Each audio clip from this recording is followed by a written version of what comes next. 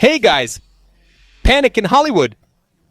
For others, a lot of excitement. Today we're going to explore how Sora from OpenAI, creator of ChatGPT, is redefining creativity with videos ranging from super sports cars braving rainy nights to hybrid creatures that challenge our perception of nature. But are we ready for the implications of this on the job market? And how can this transform the future of video games and artistic expression? Let's unravel these questions together, but before we continue, remember to subscribe to the channel and like the video to stay updated.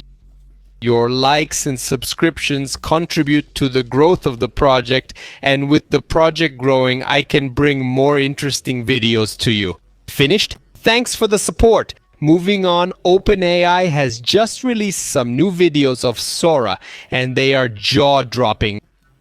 Let's take a look at them today.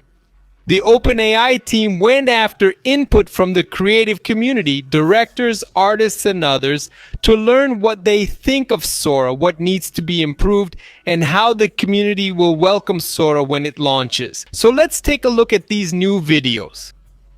While we're watching and analyzing, comment below if you think Sora will take the place of many professionals. So we've got a person walking. We know Sora can do this kind of thing. The person's going toward a bike, gets on it. This was done by the folks at Shy Kids in Toronto. They created something that until then seemed impossible.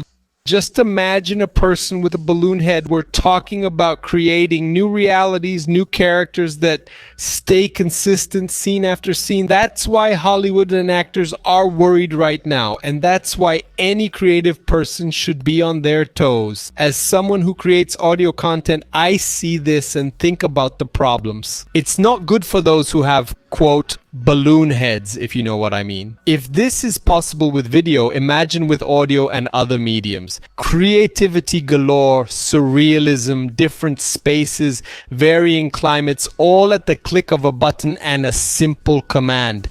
It's impressive, and I'm sure you could place this next to a cat in a super realistic setting, on a board, in a show underwater. That's incredible. We're witnessing what is possible to create in a super realistic situation with just a few commands.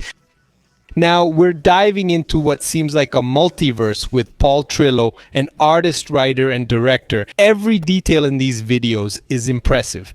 Is this the end of the line for game programmers and designers? I sincerely believe not.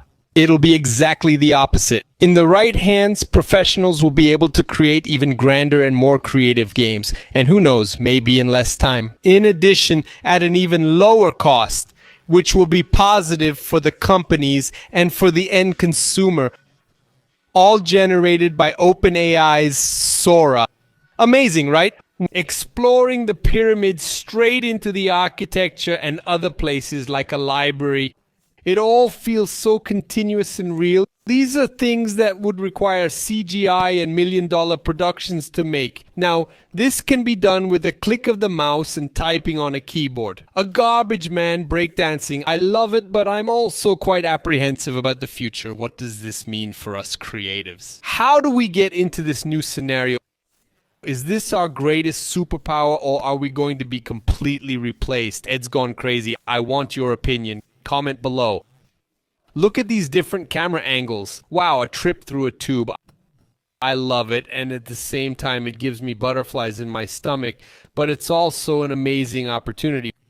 We also have Nick Clove and his psychedelic clock.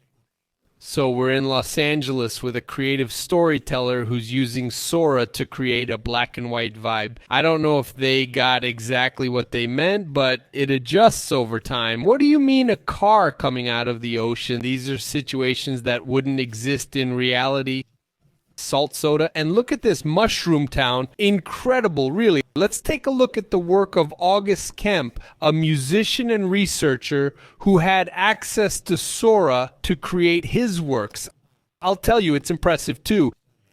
The ability to go into space and create multiple scenes there is jaw-dropping, and all the text on the screen looks so real.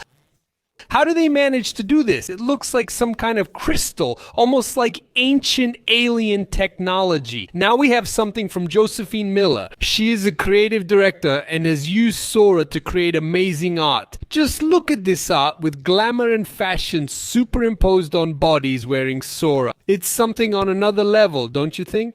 Next up is Donnellan's work, which goes beyond our reality, a journey through parallel worlds. Look at this. How are we going to know what's real going forward?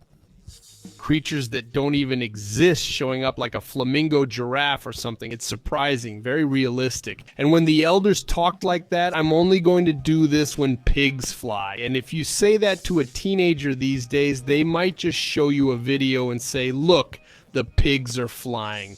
And the Allops, an elegant mix of whale and octopus, is crazy. It looks like something from another planet. And the eel cats and the armadillo rabbit and the fox crow and the fly horse. I know fly horse bites are terrible, but this one looks like it could rip someone's head off. Seriously, this is messing with me, and I'm starting to think a lot about the future of creative work with Sora. And finally, let's look at what Alex Hebben created with Sora. It's a pretty cool thing, three-dimensional models turned into something real. It's amazing. You can take something you've imagined and turn it into something real and animated right in front of you. I think Sora will probably be released this year after the US elections. I'm looking forward to trying it out, but I get the impression that they're still trying to figure out how far Sora can go. And then there's the issue of the problems that this can bring.